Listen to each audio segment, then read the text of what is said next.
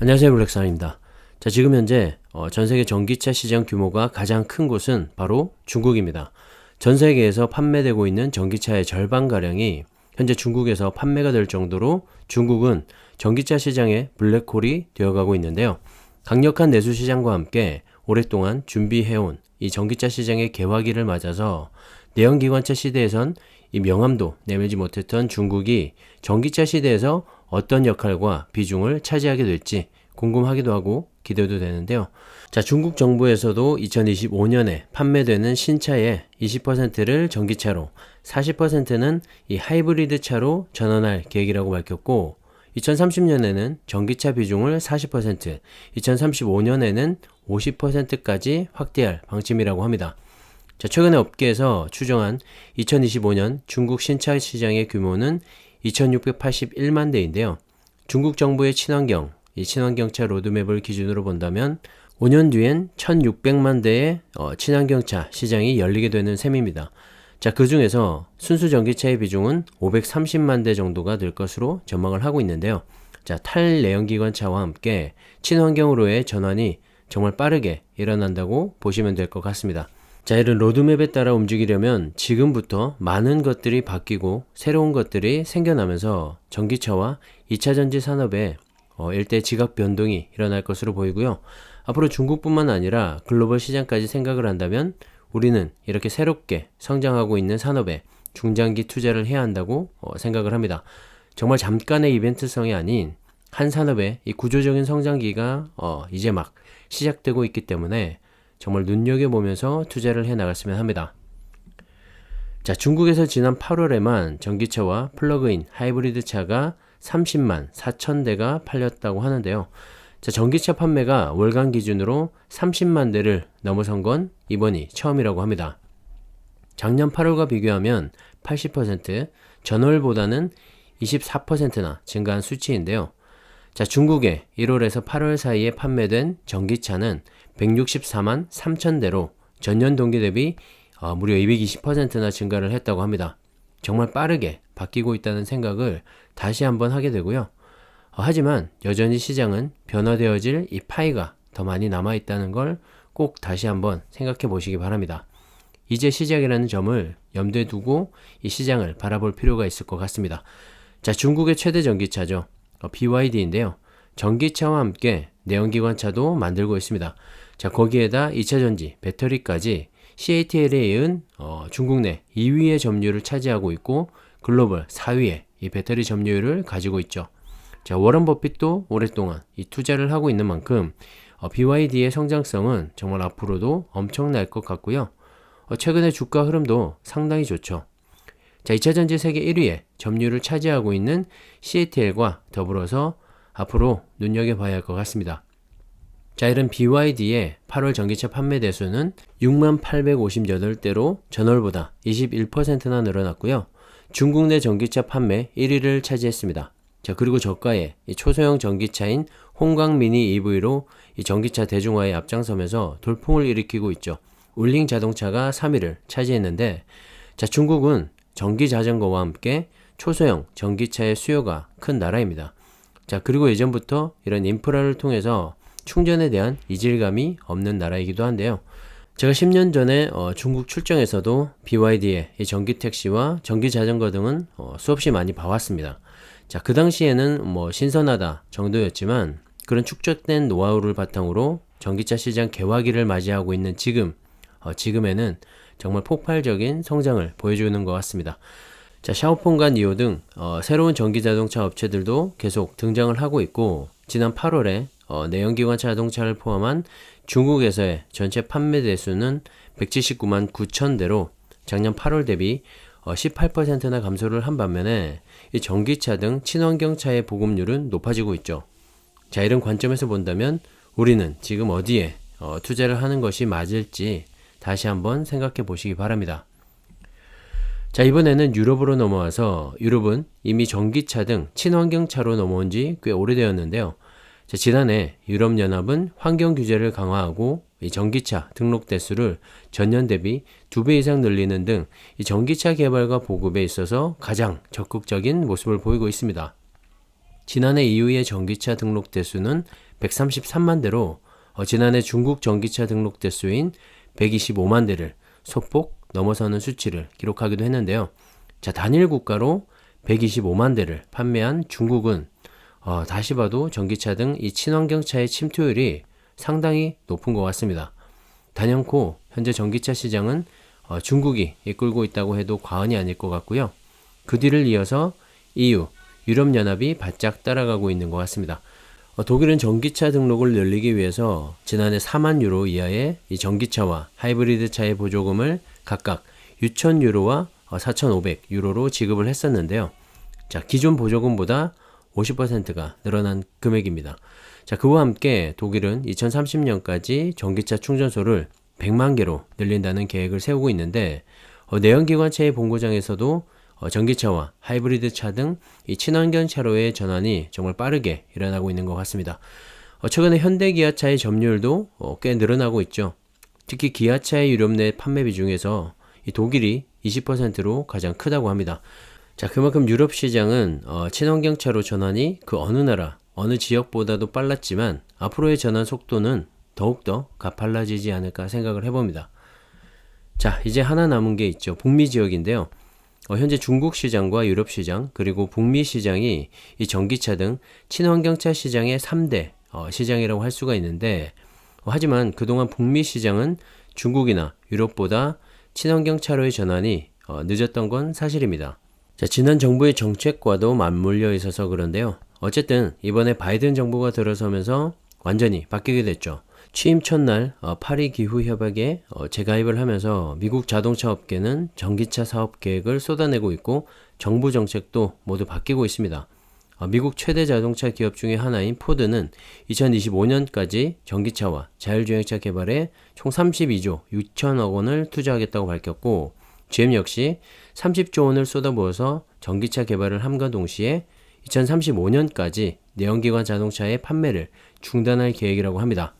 자, 미국 시장이 이렇게 빨리 변화하려는 움직임을 보이는 건 역시 중국과도 관련이 있어 보이는데요.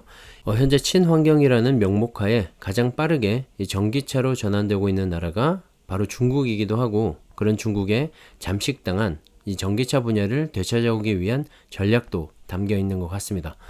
특히 전기차의 대명사인 테슬라의 성장에 비해서 미국의 현재 이 전기차 시장 규모는 너무나 초라하기 때문에 강력한 이 정부의 지원책과 함께 완성차 업체들의 빠른 전환이 시급해 보이고요. 자, 늦었지만 미국이라는 나라가 또 어떤 나라인가요? 마음만 먹으면 또 세계 최고로 빠르게 올라설 수 있기 때문에 앞으로의 미국 전기차 시장도 함께 지켜보면 좋을 것 같습니다. 자, 미국의 친환경차 시장은 바이든 행정부의 친환경 이 정책 추진으로 가파른 이 성장세가 예상이 되는데 업계에서는 미국 전기차 시장이 오는 2025년에 240만 대, 2030년에는 480만 대, 그리고 2035년에는 800만 대 수준으로 계속해서 늘어날 전망이라고 합니다.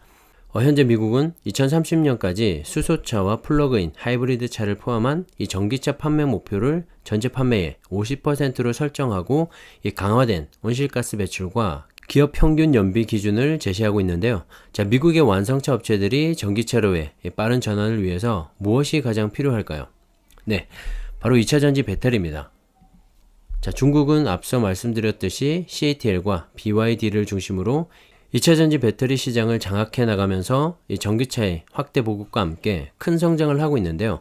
미국에는 2차전지 배터리 셀을 만들어낼 수 있는 그런 기술력을 갖춘 기업이 없습니다. 그래서 발빠르게 한국의 배터리 3사와 합작 공장을 세우면서 전기차의 심장인 이 배터리 생산에 사활을 걸고 있는데요. 자, 미중 간의 갈등으로 인해서 이 중국의 배터리 기업들이 쉽게 진출하지 못하는 사이에 미국으로 진출길이 좀 막혔었죠. 그런 사이에 국내 배터리 3사가 확실하게 최근에 보면 자리매김을 하고 있는 그런 모습입니다. 자, GM은 LG 에너지 솔루션과 총 5조 4천억 원을 투자해서 자, 미국의 배터리 1, 2 공장을 세우기로 했고 SK이노베이션은 지금은 SK온이 됐죠. SK온은 미국 포드와 13조 5천억 원을 투자해서 블루오벌 SK라는 합작사를 세우기로 했습니다. 자, 그리고 얼마 전에 스텔란티스도 LG 에너지 솔루션과 합작사 발표를 했죠. 그리고 삼성 SDI와도 배터리 합작사 설립을 위한 협약을 맺은 것으로 알려졌습니다. 완성차 업체들이 왜 배터리 제조사와 이렇게 합작사를 설립하는지는 제가 말씀드리지 않아도 알 거라고 생각을 하는데요. 간단하게 말씀을 드리자면 이 전기차 생산을 위한 모든 기술력을 가지고 있다고 해도 배터리가 없으면 차가 굴러갈 수가 없습니다. 그런데 전기차를 비롯한 하이브리드 차 등 친환경 차들의 수요는 점점 더 가파르게 늘어나고 있는 반면에 그 핵심 부품인 배터리의 공급은 딸리고 있는 상황인 것이죠. 안정적인 배터리 공급을 위해서 완성차 업체들은 이 배터리사와의 협업을 단행하고 있는 거고요. 배터리사 입장에서도 확정된 수주로 인해서 공격적인 투자를 통한 이 안정적인 공급이 가능하게 되는 것이죠. 자, 윈윈할 수 있는 정말 좋은 케이스라고 생각을 하고요.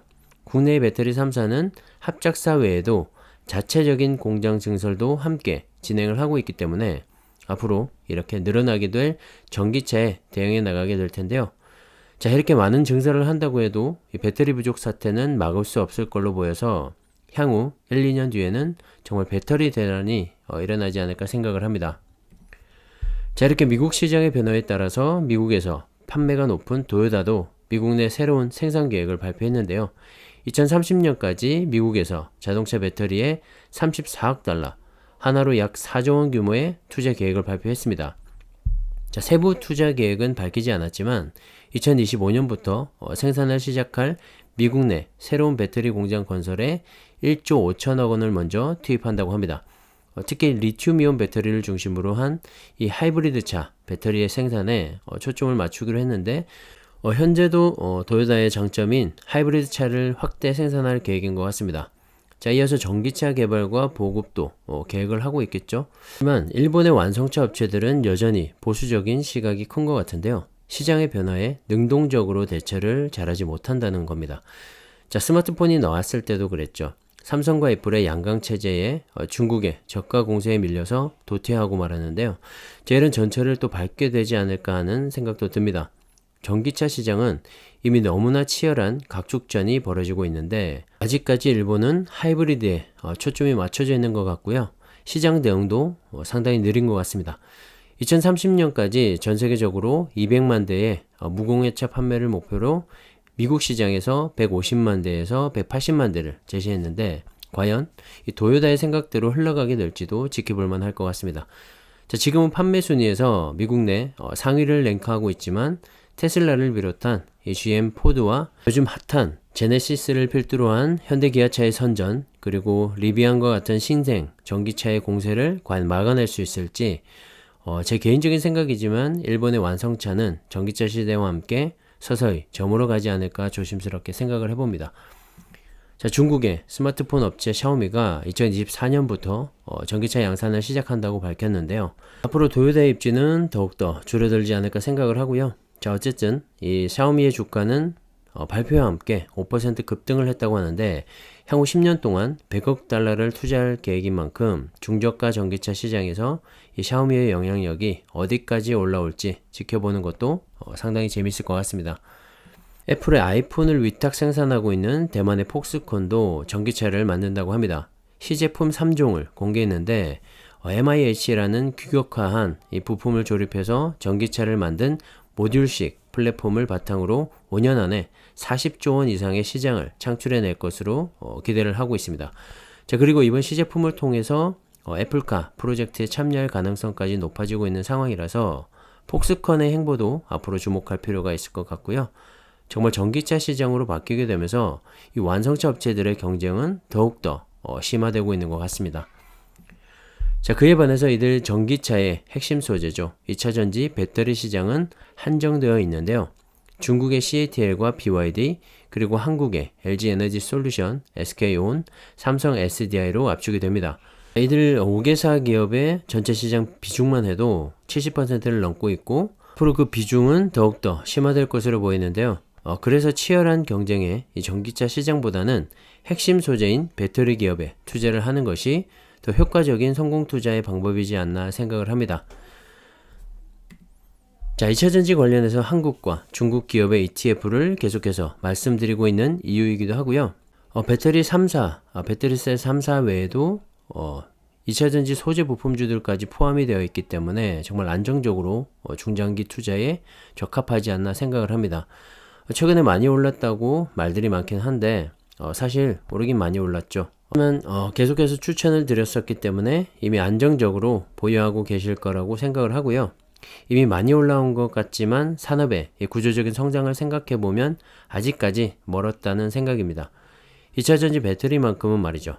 계속해서 말씀드리는 ETF들이 최근에 신고가를 경신하고 있는 모습을 보이고 있는데 최근에 차이나 전기차도 꽤 많이 오르면서 조정을 마무리하고 있지 않나 생각을 합니다. 자, 그저 꾸준히 한번 모아가 보시기를 다시 한번 추천드리고요.